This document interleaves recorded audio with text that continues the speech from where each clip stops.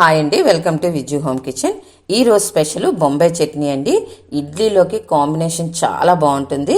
ఇది మనం 5 నిమిషాల్లో తయారు చేసుకోవచ్చు.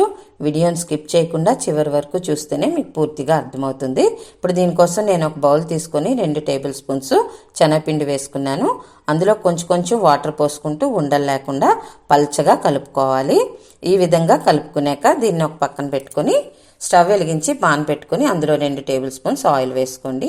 ఆయిల్ హీట్ అయ్యాక 1 టీ స్పూన్ ఆవాలు, 1 టీ స్పూన్ జీలకర్ర, 1 టీ స్పూన్ శనగపప్పు, 1 టీ స్పూన్ మినప్పప్పు, కొంచెం ఇంగువ, 2 ఎండుమిర్చి వేసుకుని లైట్గా టోస్ట్ చేసుకున్నాక 2 పచ్చిమిరపకాయలు సన్నగా కట్ చేసి వేసుకోండి. ఈ పచ్చిమిరపకాయలు కూడా కొంచెం వేగాక ఒక మీడియం సైజ్ ఉల్లిపాయల్ని పొడుగ్గా కట్ చేసి వేసుకోండి.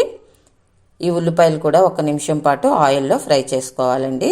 ఇలా ఫ్రై అయ్యాక ఒక మీడియం సైజ్ టమాటాని చిన్న ముక్కలుగా కట్ చేసి వేసుకుని అలాగే కొంచెం కరివేపాకు వేసుకోండి. ఇవన్నీ వేసుకొని 1 నిమిషం పాటు మగ్గించుకున్నాక ఇందులో 1/2 టీ స్పూన్ పసుపు, 1 టీ స్పూన్ సాల్ట్ వేసుకుని మొత్తం ఒకసారి కలిపేసుకోండి. ఇలా 1 నిమిషం కలుపుకున్నాక ఆయిల్లో ఉల్లి టమాటా బాగా మగ్గినాక ఇప్పుడు మనం కలుపుకున్న శనగపిండి వాటర్ని ఇందులో యాడ్ చేసుకోవాలి. ఫ్రెండ్స్, ఈలోగా ఈ వీడియోకి ఒక్క లైక్ చేయండి. ఫ్రెండ్స్, మీకు చట్నీ పల్చగా కావాలనుకుంటే ఈ మూమెంట్లో కొంచెం వాటర్ యాడ్ చేసుకోవచ్చండి. ఇలా మూత పెట్టేసుకొని మనం 5 నిమిషాల పాటు శనగపిండిని ఉడికించుకుందాం. ఫ్రెండ్స్, కొత్త వారు ఎవరైనా చూస్తున్నట్లయితే ఛానల్ని సబ్స్క్రైబ్ చేసుకుని పక్కనే ఉన్న బెల్ ఐకాన్ని యాక్టివేట్ చేసుకుంటే నేను చేసే ఇలాంటి రెసిపీస్ అన్నీ కూడా మీకు అప్డేట్ వస్తాయండి. ఇప్పుడు చివరిగా కొత్తిమీర యాడ్ చేసాం కదా, ఒక్కసారి కలిపేసుకొని 1 నిమిషం పాటు ఉడికించుకుందాం.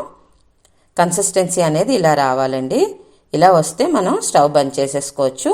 చల్లారాక చిక్కబడుతుంది. ఫ్రెండ్స్, మీకు నచ్చినట్లయితే తప్పకుండా ట్రై చేసి కామెంట్ చేయండి. అలాగే లైక్ చేయడం మర్చిపోవద్దు. కొత్తవారు చూస్తున్నట్లయితే ఛానల్ని సబ్స్క్రైబ్ చేసుకుని పక్కనే ఉన్న బెల్ ఐకాన్ యాక్టివేట్ చేసుకుంటే నేను చేసే రెసిపీస్ అన్నీ అప్డేట్ వస్తాయి.